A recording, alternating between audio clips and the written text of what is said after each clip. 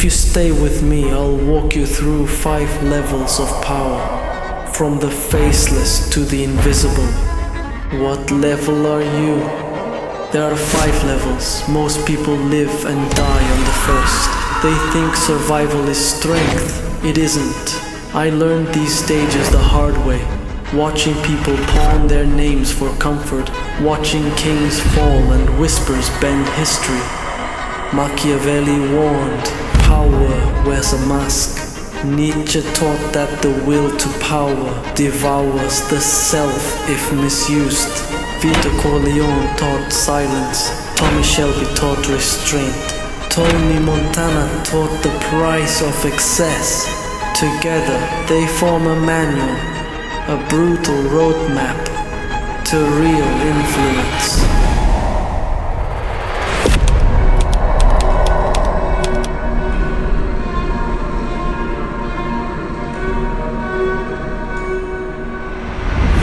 Level 1, the powerless. They don't see the cage because it's comfortable.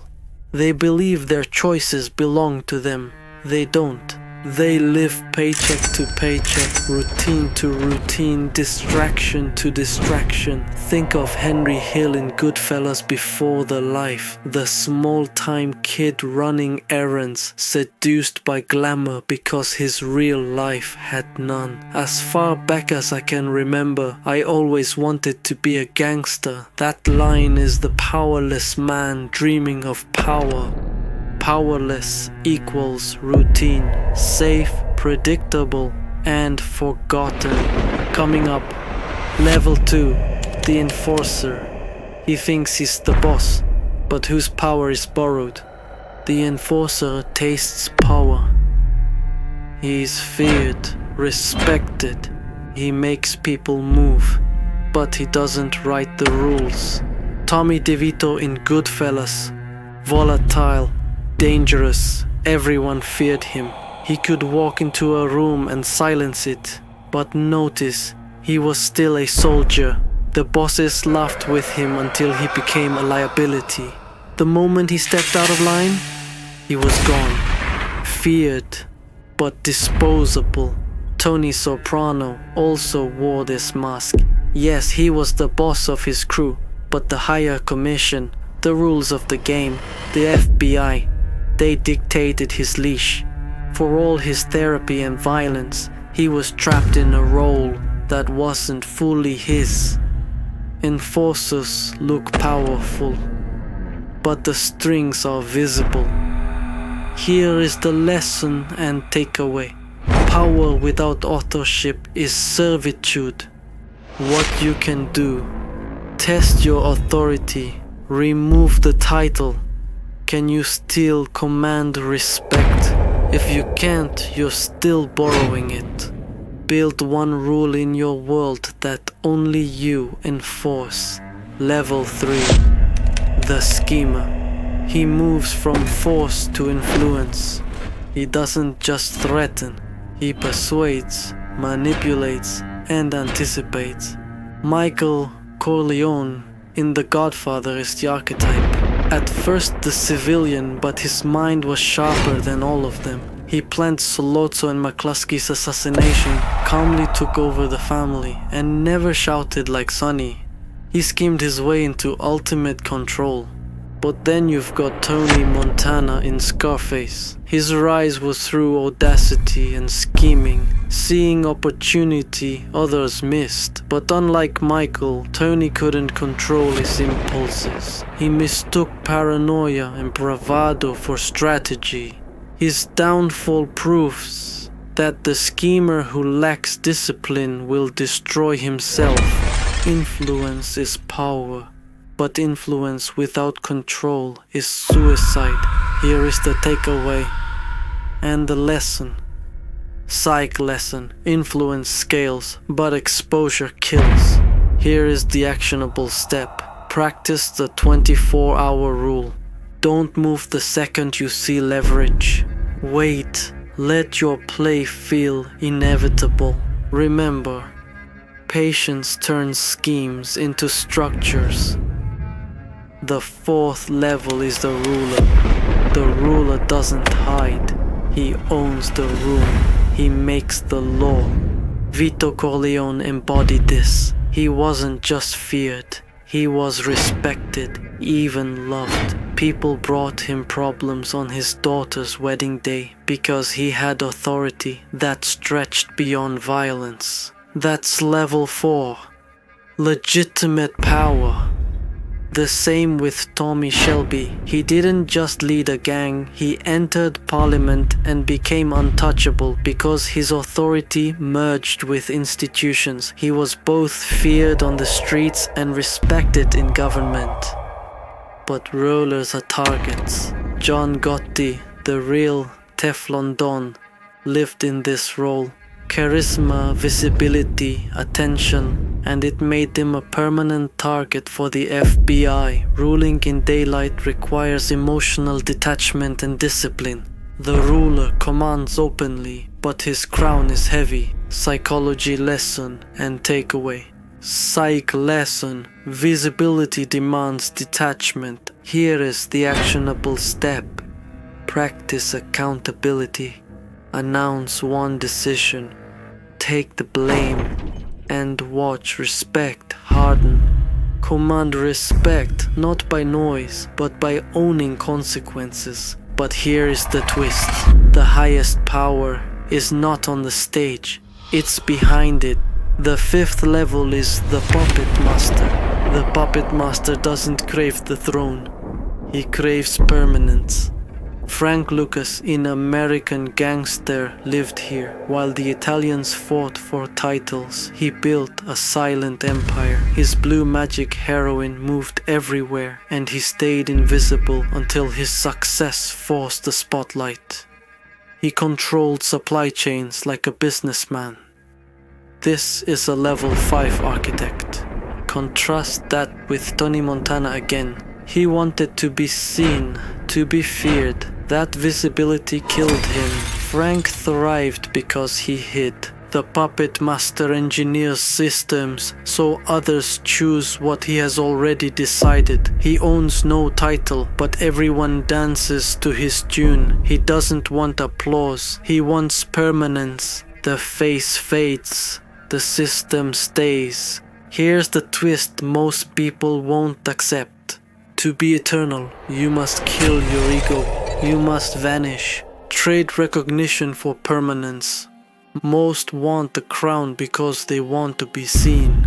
The puppet master rules because he does not need to be seen.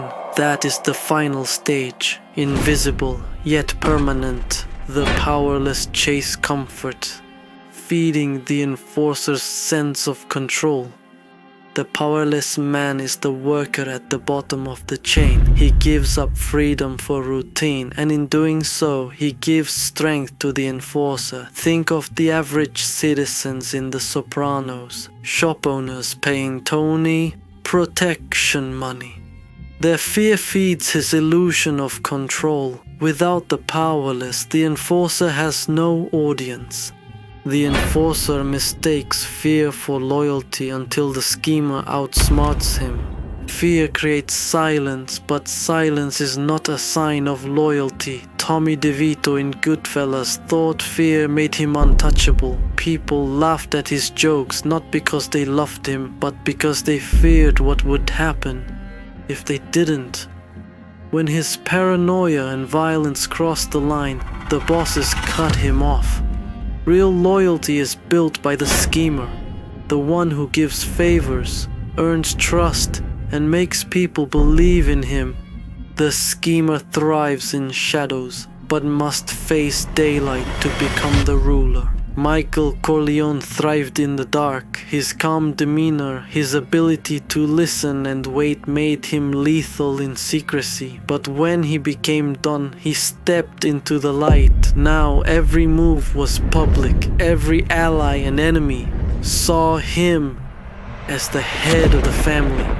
Influence in the shadows kept him safe, but ruling demanded exposure, and exposure meant danger. The ruler enjoys legitimacy but carries the cross of exposure. Vito Corleone was respected, but that respect made him a target. Shot in broad daylight while buying fruit. Power in public gives legitimacy, but it also paints a bullseye on your chest. Tony Soprano experienced the same. As head of North Jersey, he commanded respect, but the FBI had his face on their wall every day. The ruler owns his kingdom, but every kingdom can be toppled. Only the puppet master transcends, because he has no face to shoot, no title to topple. Frank Lucas operated in the background. While everyone focused on the Italians, he quietly controlled an entire supply chain. No one knew his name until the empire was too big to ignore. The puppet master thrives because he doesn't need credit. He builds systems that function without him being seen. No face, no throne, no crown, just control. Each level demands sacrifice, innocence, safety, intimacy, recognition, identity. The powerless sacrifice innocence. They accept the cage without knowing. The enforcer sacrifices safety. He is strong but always replaceable. The schemer sacrifices intimacy. Every friendship is leverage, every trust provisional. The ruler sacrifices recognition, loved in public but never truly known. The puppet master sacrifices identity. To live forever, he must let his name die. I have 4 practical exercises for you. Listen carefully. The first one is the echo test. This practice is from Michael Corleone. Could you still command without your family name? Michael proved he could. In Sicily, stripped of his power base, he still commanded respect through presence and calm authority. Here is what you have to do to test yourself. If you lost your title, your job, your uniform, would people still follow you? The second one is the patience drill. This practical exercise is from Tommy Shelby. Tommy never reacts immediately. Whether it's a rival gang or a politician, he pauses, calculates, and only strikes when every angle favors him. Here is the practice restraint that you can do. Delay your reaction by 24 hours before making major moves. You'll see patterns others miss. The third one is favor economy from Vito Corleone. On his daughter's wedding day, Vito listened, gave favors and built obligation. He understood that generosity is an investment in loyalty. Here is what you have to try. Give one meaningful favor without asking for anything in return. Track how that person's loyalty shifts. The fourth one is public ownership from Tony Soprano. Tony could be brutal, but he also knew when to admit mistakes to his crew. That vulnerability strengthened loyalty. If you want lasting respect, own one mistake publicly. Then lead through the fallout. People respect leaders who take the hit. The fifth one is the silent build from Frank Lucas. Lucas cut out middlemen and built a system others depended on, staying unseen until his empire forced recognition. Build something that works quietly, without your constant visibility, whether it's a network, a skill, or an income stream. If it thrives without you shouting about it, that's real power. Vito Corleone. Respect through silence, favors, and loyalty. He rarely raised his voice. He dealt in whispers, generosity, and timing. His true weapon was patience. People came to him because he made them feel indebted. Michael Corleone, cold strategist, influence turned rule. The master of restraint. He built power by outthinking, not outshouting. But once he ruled, exposure consumed his life. His tragedy was becoming the very thing he swore he wouldn't. Tony Montana. Ambition without restraint. The tragedy of visibility Tony's hunger built his empire, but his ego destroyed it. He wanted to be feared, seen, remembered, and that visibility made him a target. Scarface is a warning. Unchecked ambition ends in blood. Power cuts. To rule is to sacrifice intimacy. To scheme is to distrust. To vanish is to bury your ego alive. The price of power isn't money or blood. It's parts of yourself. Here is my honest warning. If you chase the spotlight, you'll burn. If you hide but crave applause, you'll be dragged into the open. Decide, applause or permanence. You cannot have both. Power isn't random. It's a staircase. Each level has its cost. The only real question is, what are you willing to pay? Most want to be seen. Few will vanish to win. If your ego needs applause, you'll never be untouchable. If you can bury your name for permanence, you'll live forever. If this struck you, comment. I choose power in silence. Tell me your level and your sacrifice. Here is my final message to you. Disappear when you must. Command when you must. But never confuse being seen with being powerful. I'll meet you in the next video.